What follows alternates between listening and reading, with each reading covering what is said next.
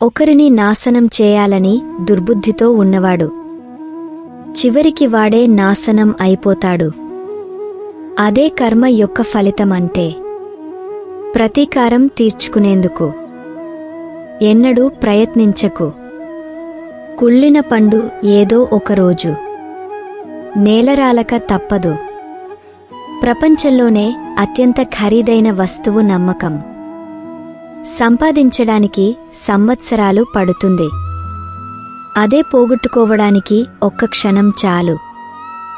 100 సార్లు విను, 1000 సార్లు ఆలోచించు, ఒక్కసారి మాట్లాడు.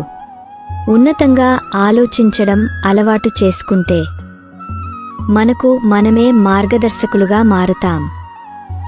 ఆపద వచ్చినప్పుడు మనల్ని కాపాడేది మన చుట్టూ ఉన్న బలగం కాదు, మనలో ఉన్న బలం మాత్రమే.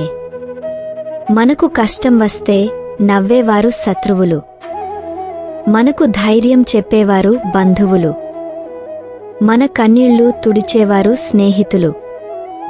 కాని మనకు కనబడకుండా కన్నీళ్లు కార్చేవారు తల్లిదండ్రులు మాత్రమే.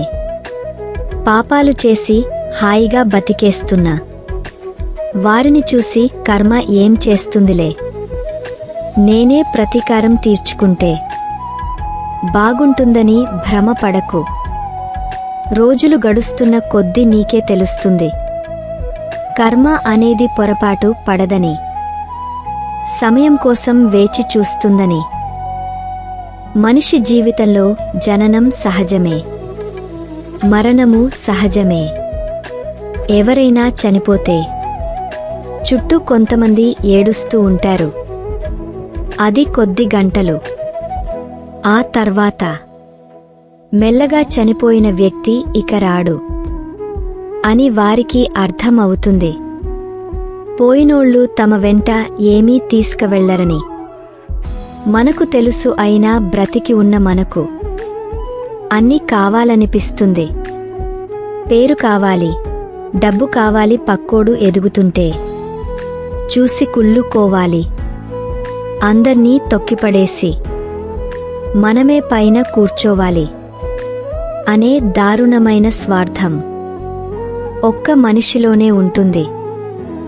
ఈ ప్రపంచంలో చాలామందికి అర్థం కాని విషయం ఒకటి ఉంది. పేరు, డబ్బు ఇవి రావడం గొప్ప కాదు, అది కేవలం ఒక ముచ్చట అంతే. అది ఎంతకాలం ఉంటుందో తెలీదు. ఒకవేళ బ్రతికినంత కాలం ఉన్నా కూడా పోయేటప్పుడు వెంట పెట్టుకుని వెళ్ళలేము. గుడికి వెళ్తే ప్రసాదం పెడతారు కదా, పేరు డబ్బు కూడా అంతే. అలా ప్రసాదం లాంటిదే, దాచుకునేది కాదు.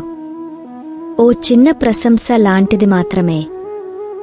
దురదృష్టవశాత్తు డబ్బు, పేరు కొరకు మనుషులు విడిపోతున్నారు. ఒకరినొకరు ద్వేషించుకుంటున్నారు. ఒకరి గురించి మరొకరికి చెప్పుకుని తమ వ్యక్తిత్వాన్ని కోల్పోతున్నారు. జీవితం పట్ల పూర్తి అవగాహన ఉన్న వ్యక్తికి పేరు, డబ్బు వస్తే మరిన్ని మంచి పనులు చేస్తారు. వాటిని అసలు నెత్తికెక్కించుకోరు.